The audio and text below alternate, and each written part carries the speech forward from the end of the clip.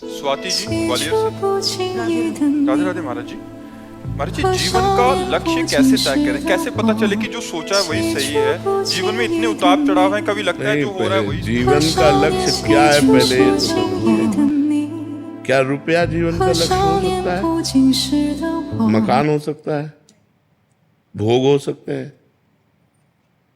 जीवन का लक्ष्य परमात्मा है।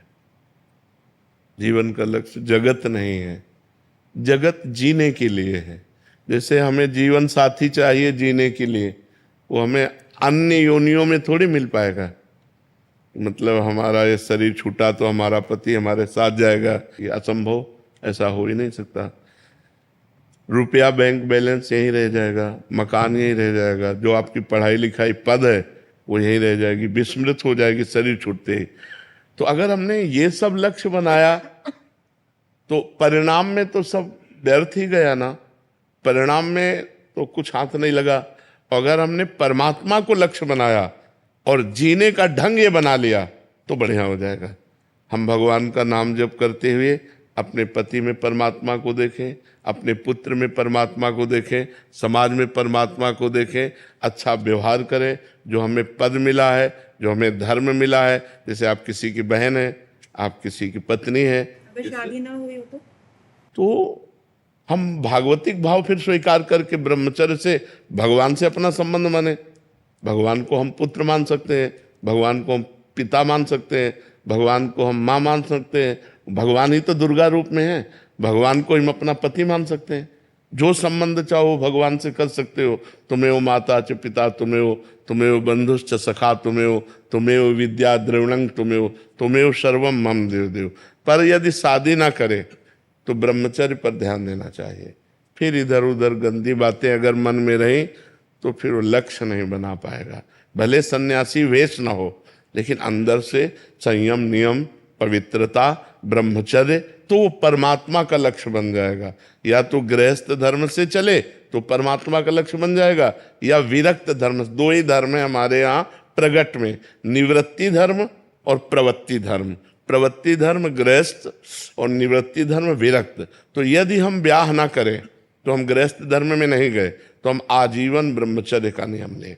हम किसी भी पुरुष का स्पर्श काम भाव से नहीं करेंगे। तो वो जो ताप है, काम का जो वेग हमें तपाता है, वो तपस्या बन जाती है, और उसी तपस्या से भगवान प्रसन्न हो जाते हैं। इसीलिए हमको एक धर्म तो स्वीकार करना चाहिए। आज गृहस्थी में बड़ा संशय हो रहा है। पति पत्नी में प्रेम नहीं रह गया। जब पति को देखती है कि दूसरी लड़की से, स्त्री से, या पति देखता है कि दूसरे पुरुष से, तो दोनों का मन अशांत हो जाता है। या तो संबंध विच्छेद, तलाक में उतर जाते हैं, या फिर हिंसा में उतर जाते हैं। तो गृहस्थ धर्म में भी बड़ा अब संशयपूर्ण है। बहुत ज्यादा विवाह विच्छेद बहुत ज्यादा हो। हाँ, और हिंसाएं भी हो रही हैं। आप देखिए, क्योंकि हमारे देश में ये सूट नहीं करेगा सूत्र। हमारा देश धर्म प्रधान है। ये विदेश में चलेगा, भारत में नहीं चलेगा। विदेश में ऐसा होता होगा, भारत में नहीं चलेगा। तो अब भारत में दो मार्ग बनाए गए हैं, एक प्रवृत्ति मार्ग धर्म ग्रंथों के द्वारा, और एक निवृत्ति मार्ग। यदि हम प्रवृत्ति में जाएं तो एक पुरुष को पति रूप में स्वीकार कर धर्म पूर्वक आजीवन, एक पत्नी को स्वीकार करके धर्म पूर्वक आजीवन प्यार में जीवन व्यतीत करें, यह हमारा सनातन धर्म कहता है।